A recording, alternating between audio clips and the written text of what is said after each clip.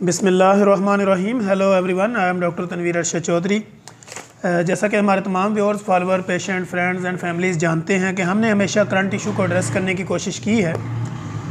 और आज का हमारा मौजू बिल्कुल इंटीक टॉपिक होगा, और वो ये टॉपिक होगा जैसे कि हम डिफरेंट जगह पे जाते हैं।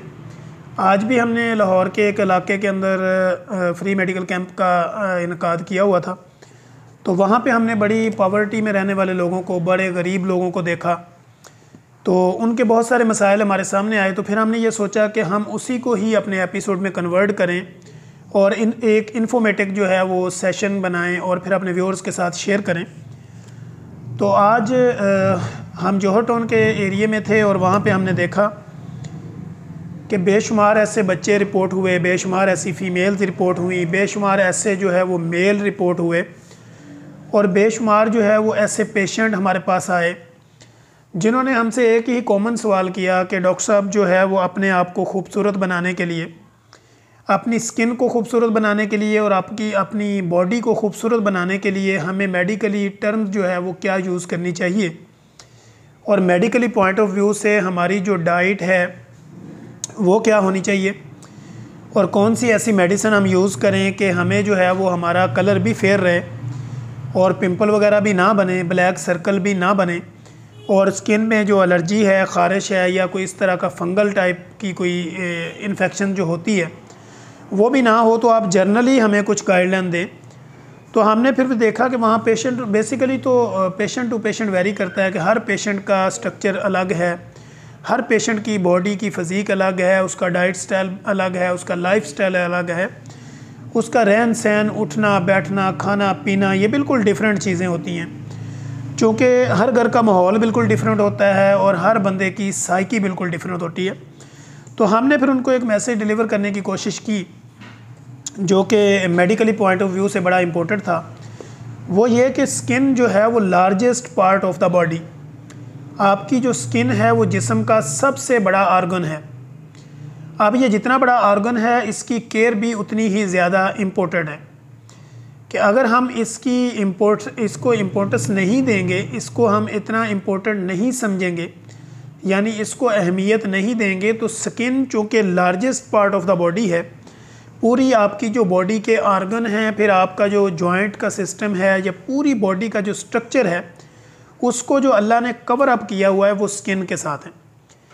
तो स्किन जो है वो बेसिकली एक अल्लाह ने आपकी खूबसूरत जिल्द बनाई होती है जो आपके फेस को भी कवर करती है, इसी तरह आपके हैंड है, फिर आपकी बाकी बॉडी की शेप को भी कवर करती है। तो इसकी खुराक और इसकी केयर भी उतनी ही ज़रूरी है। जैसे कि हमने देखा कि बेशुमार ऐसे लोग जिनका पानी का इंटेक कम होता है, उनकी स्किन जो है वो ड्राई होती है, और बाज़ ऐसे भी हमने देखे कि जो पानी कम पीने की वजह से उनको खुश्की होती है, एलर्जी होती है। फिर इसी तरह अपनी बॉडी के अंदर फ्रूट्स, वेजिटेबल्स का इंटेक कम करने की वजह से, बहुत ज़्यादा फास्ट फूड और ऐसी चीज़ें खाने से जिससे आपकी इम्यूनिटी भी डिस्टर्ब होती है, आपकी इंसुलिन रेजिस्टेंस भी बढ़ती है।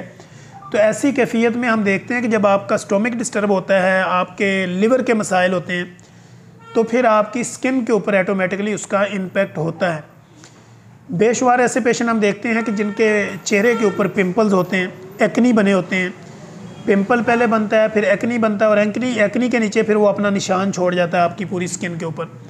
और इसी तरह हम बेशुमार ऐसे पेशेंट भी देखते हैं कि जिनकी स्किन के ऊपर ख़ारिश और फिर आपके रिंग टाइप जो है ना वो डब्बे बनना शुरू हो जाते हैं, या स्किन उनकी यहाँ से वाइट नज़र आ रही होती है, यहाँ पे ब्लैक है, यहाँ पे रेडिश है। तो ये वो स्किन के मसाइल होते हैं जो आपके इंटरनली बाहर निकलते हैं। मसलन आपका मैदा डिस्टर्ब होगा, या आपकी बॉडी में पानी की कमी होगी, या आपकी स्किन की प्रॉपर केयर ना करने की वजह से आपकी स्किन के ऊपर बेशुमार ऐसे इफ़ेक्ट्स होते हैं, ऐसी मुज़र असरात होते हैं जो कि बाहर निकलते हैं। जैसे कि एक्नी, मैंने कहा कि जैसे पिंपल बनते हैं, एक्नी बनते हैं, तो इसकी बहुत बड़ी रीज़न एक होती है कि आपका स्टोमिक डिस्टर्ब है। आप जो अपनी बॉडी में इनपुट आउटपुट कर रहे हैं वो बिल्कुल इस तरह का कर रहे हैं कि जो आपकी बॉडी के अपोजिट चल रहा होता है, यानी आपकी बॉडी के अगेंस्ट वो काम कर रहा होता है। मेरा मैदा प्रॉपर काम करना चाहिए, मेरा डाइजेस्टिव सिस्टम प्रॉपर होना चाहिए, मेरी बॉडी में पानी का इंटेक प्रॉपर होना चाहिए। इसी तरह खाने से आधा घंटा पहले और खाने से आधा घंटा बाद तक मुझे कोई लिक्विड चीज़ यानी पानी की फॉर्म में या चाय की फॉर्म में या ग्रीन टी की फॉर्म में या कॉफ़ी की फॉर्म में नहीं लेनी चाहिए, क्योंकि जब मैं ये लेता हूँ तो मेरे स्टोमक की एफिकेसी कम हो जाती है, यानी उसकी जो निज़ाम हज़म हमारा होता है, जिसको डाइजेस्टिव सिस्टम कहते हैं, वो जब उसमें ख़राबी आती है तो फिर आपके स्टोमक के अंदर प्रॉब्लम्स आती है, आपको एसिडिटी होती है, तज़ाबियत बनती है, और उससे फिर क्या होता है कि आपके स्किन भी आपकी डैमेज होती है। इसी तरह आपकी बॉडी में कैल्शियम का पूरा ना होना, वो आपकी बॉडी के ऊपर स्पॉट छोड़ देता है, कहीं पे ब्लैक कहीं पे वाइट। आपको ऐसे लग रहा होता है कि जैसे मेरी स्किन जो है वो डबल शेड दे रही है, यानी उसके अंदर से 2-3 किस्म के आपको कलर्स शुरू हो जाते हैं, ब्लैक है, वाइट है, रेडिश है। तो ये बेशुमार ऐसे हम पेशेंट देखे हैं हमने और देखते भी रहते हैं। और इसी तरह बेशुमार ऐसे लोग भी हैं जिनके नाखून टूटना शुरू हो जाते हैं, जिनके हाथ और फेस के कलर का बिल्कुल डिफरेंट होता है। इसी तरह वो फेशियल्स वगैरह करवाते हैं, लेकिन उनका चेहरा तो वक्ती तौर पे नीट एंड क्लीन होता है, लेकिन उसके साथ साथ जो मसाइल होते हैं वो बेसिकली उनके हैंड और पाँव की जो स्किन होती है वो बिल्कुल डिफरेंट होती है। इसी तरह रंग गोरा करना, ये बेसिकली हर बंदे की ख्वाहिश है, मेल है फीमेल है, लेकिन स्किन चूँकि आपकी जब हेल्दी होगी, स्किन आपकी ग्लो करेगी। स्किन हेल्दी कैसे होगी? जब आपकी अपनी बॉडी में कैल्शियम पूरा होगा, आयरन पूरा होगा, पानी पूरा होगा, आपकी बॉडी का इनटेक प्रॉपर होगा, इसी तरह आपका डाइजेस्टिव सिस्टम प्रॉपर चलेगा, आपका मैदा प्रॉपर काम करेगा, आपकी ब्लड सर्कुलेशन बेहतर होगी, तो आपकी स्किन जो है वो ऑटोमेटिकली तरोताज़ा रहेगी, बेहतर रहेगी, और वो स्किन आपकी ग्लो करेगी इंटरनली। अब एक्सटर्नली क्या होता है? इंटरनली तो आपकी डाइट से रिलेटेड मामलात हैं, आपके सोने के मामलात हैं, आपके खाने पीने के मामलात हैं, आपने अपनी जल्द को अंदर से हेल्दी कैसे बनाना है और आपकी स्किन जो है वो ग्लो कैसे करेगी। ये तो वो मसला था जो हमने आपको बताया कि ये इंटरनली फॉल्ट है। अब एक्सटर्नली क्या होता है? एक्सटर्नली ये है कि मेरी बॉडी के ऊपर कोई स्पॉटिंग होगी, कोई ख़ारिश होगी, एलर्जी होगी, स्टेन बन गया, कोई इस पर दाग धब्बा बन गया। अब उसके लिए बेशुमार मेडिकेटेड क्रीम्स हैं, मेडिकेटेड मेडिसिन है, इंजेक्शंस हैं, जो हम अपने क्लिनिकल ट्रायल में लोगों के ऊपर अप्लाई करते हैं और उससे बेहतरीन रिज़ल्ट मिलते हैं। लेकिन इंटरनली और एक्सटर्नली का मामला इसलिए ज़्यादा इंपॉर्टेंट है कि सम टाइम आप एक्सटर्नली ट्रीटमेंट कर रहे होते हैं लेकिन इंटरनली आप उसका ट्रीटमेंट नहीं कर रहे होते, यानी आप अपने आप को अंदर से ठीक नहीं कर रहे होते, बाहर से आप जो है वो अपने ऊपर क्रीम ऑइंटमेंट वगैरह लगा रहे होते हैं या लोशन का इस्तेमाल कर रहे होते हैं या इस तरह बॉडी लोशन वगैरह लगा रहे होते हैं, उससे आपको वो फ़ायदा नहीं मिलता जो कि आपको इंटरनली इनपुट आउटपुट देखने से मिलता है। जब आप अपने आप को इंटरनली स्ट्रॉन्ग बनाएंगे, आपकी स्किन ऑटोमेटिकली अंदर से स्ट्रॉन्ग होगी, उसमें कैल्शियम पूरा होगा, पानी आपकी बॉडी का पूरा होगा, आपका मैदा प्रॉपर काम करेगा, आपका यूरिन सही पास आउट होगा, इसी तरह आपका स्टूल प्रॉपर पास आउट होगा, तो ये आपका इंटरनली निज़ाम बेहतर होगा। एक्सटर्नली में क्या आता है कि एक्सटर्नली स्किन की केयर कैसे की जाए कि आपने सर्दी गर्मी मौसम के हिसाब से अपनी, अगर आपकी स्किन ड्राई है तो उसमें आपने उसी के हिसाब से कोई लोशन यूज़ करना है, उसी के हिसाब से अपने शैम्पू और अपना प्रॉपर जो फेस वॉश है या कोई लोशन जो आपका बॉडी लोशन है तो वो आपने यूज़ करना है। इसी तरह बहुत ज़्यादा सर्दी है, बहुत ज़्यादा गर्मी है, तो इसके जो इम्पेक्ट होते हैं वो भी आपकी स्किन पे आते हैं, इसके इफ़ेक्ट्स भी आपकी स्किन पे आते हैं, इसके मुज़र असरात भी आपकी स्किन पे ऑटोमेटिकली आते हैं। चूँकि हवा में नरमी होगी या हवा में बहुत ज़्यादा ड्राइनेस होगी, तो ऐसे मामलात भी आपकी स्किन के ऊपर अटैक करते हैं, खुसूसन आपके फेस, हैंड और फुट के ऊपर।